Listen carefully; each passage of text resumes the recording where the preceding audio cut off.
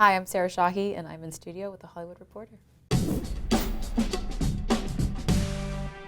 Okay, City on a Hill. Yeah. Just got picked up for season 2. Yes. So congratulations. Thank you, thank you.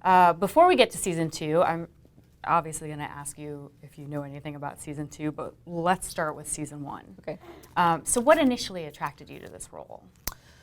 A lot of things. You know, I read the script and I was so taken by how raw the writing was. It was so real, it was so gritty, it was so, conversational. I felt like this is the way people really speak to one another. It didn't feel like writing. So that was one. And then my character in particular, Rachel Benham is her name, and she has this sort of crisis of identity crisis throughout the show, which I felt like I kind of had growing up in Texas. She's this Persian American woman, but she's pretending to be Italian because it's just much easier to pretend to be something other than Middle Eastern at this time in the 90s. Right. And so I grew up in Texas, and I felt really similar to that. You know, it was growing up in the South. I had a very unusual name. I looked different, and it was easier to pretend to be something other than what I was. How much did you know about what was going on in Boston in the 90s before you came on to this show? How much did I know what was going on? Pretty much anything that I learned from The Town and Gone Baby Gone. That's Right. all I knew. Right. But then after getting the role, you know, I did a deep dive on this thing called Google, and I kind of learned that this period of time, it was actually called the Boston Miracle. Yes. And, you know, it was one of the worst places in the world, just strife with violence and racism and just incredibly dangerous was this, you know, period of history. And then after that, my eyes kind of opened up to how rich this time was in terms of its storytelling.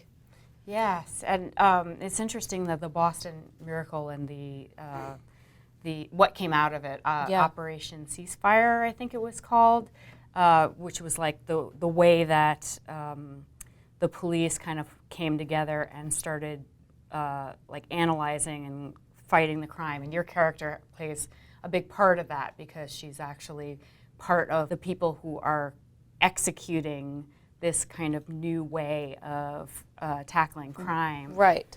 Well, Operation Ceasefire was interesting because it wasn't just, you know, the police. It was, you know, heads of state. It was the church. It was all of a sudden the whole community kind of gathered together to try and reduce the crime.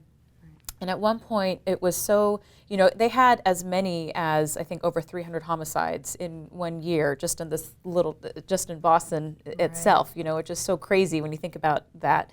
And so, yeah, it was through the efforts of the church, the civilians, the police, that the numbers were able to come down. But what's so interesting about that, I don't know if I'm going ahead of you here, but I love talking about this, is that, you know, with that said, another part the show really does well is the lines between good and bad really get crossed. Yes. And the good guys start doing bad things, and then the bad guys are still doing bad things, but possibly doing good things. You know, so those moral lines get crossed all the time. Yes, and you also have an interesting verbal sparring partner in Kevin Bacon.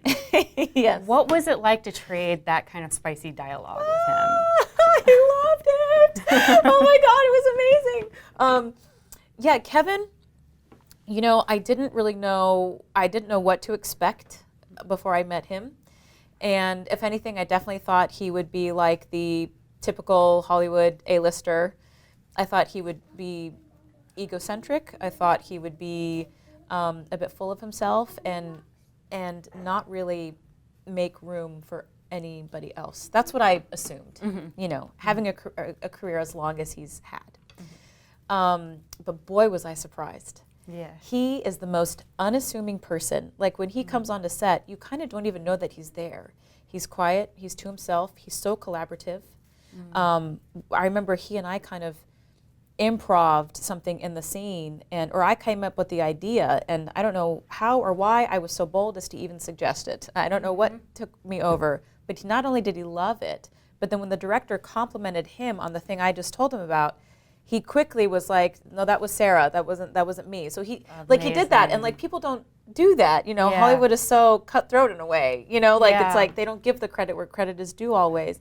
But he's great to work with, and he's so giving. And I just, like I said, you know, and his character is so tough. You know, Jackie Rohr is such an over the top, almost like a mob boss more than he is anything. You know, an FBI agent, and he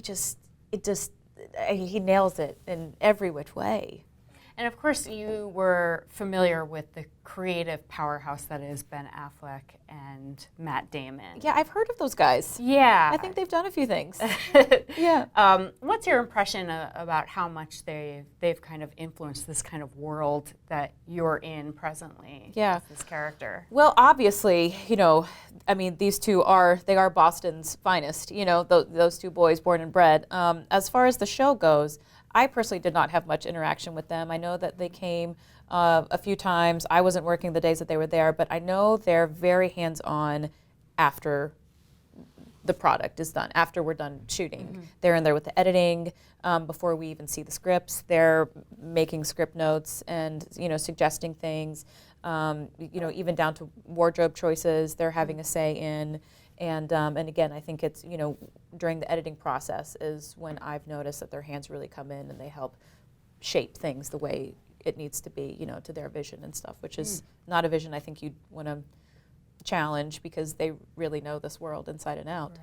When you have to tap into this role, you're dealing with a lot of racism and sexism. You know, there's a reason little girls play house. Little boys play cops and robbers. Yeah. That's part of a lot of people's storylines in this show. Yeah. We're living in a world where people don't talk the way they do on the show anymore. Is there a level of discomfort with the dialogue, or is everybody kind of dialed into their characters and like committing to the time period that this plays in?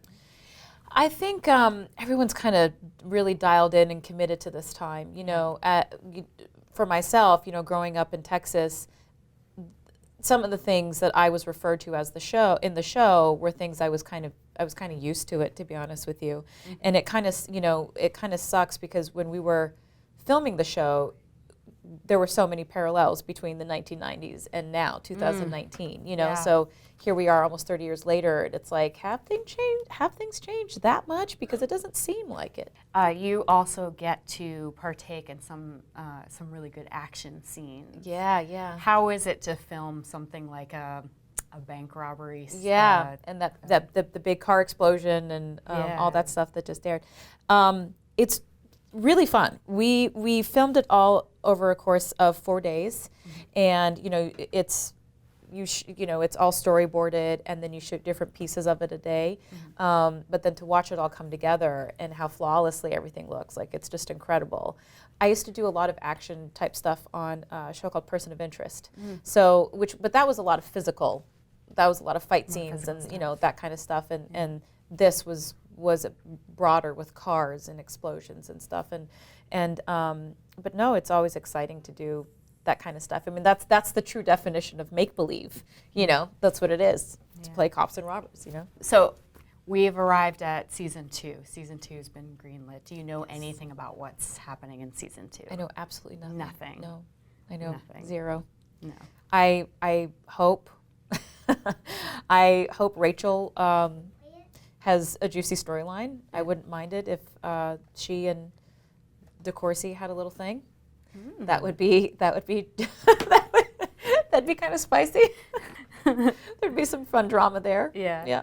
But it's interesting because I feel like the pipeline has been set for Rachel and DeCourcy in a way, because this whole season it's like, you know, he comes in the office and asks me, you know, what's going on with the case. And I'm like, you know, my fucking mother, you know, she's bitching at me because I'm single. You know, like I'm always dropping little nuggets like that to him. So it's like, well, maybe. Why There's not? Definitely some unfinished business there. There is. I think so. And his wife doesn't understand him the way I understand him. So who knows? Sarah Shahi, thank you so much for being here. City on a Hill. It's a lovely well-crafted, well-acted show. Thank We're you. so excited to see what happens. The season finale is on Sunday. Yes, that's right. That's right. Check it out on Showtime.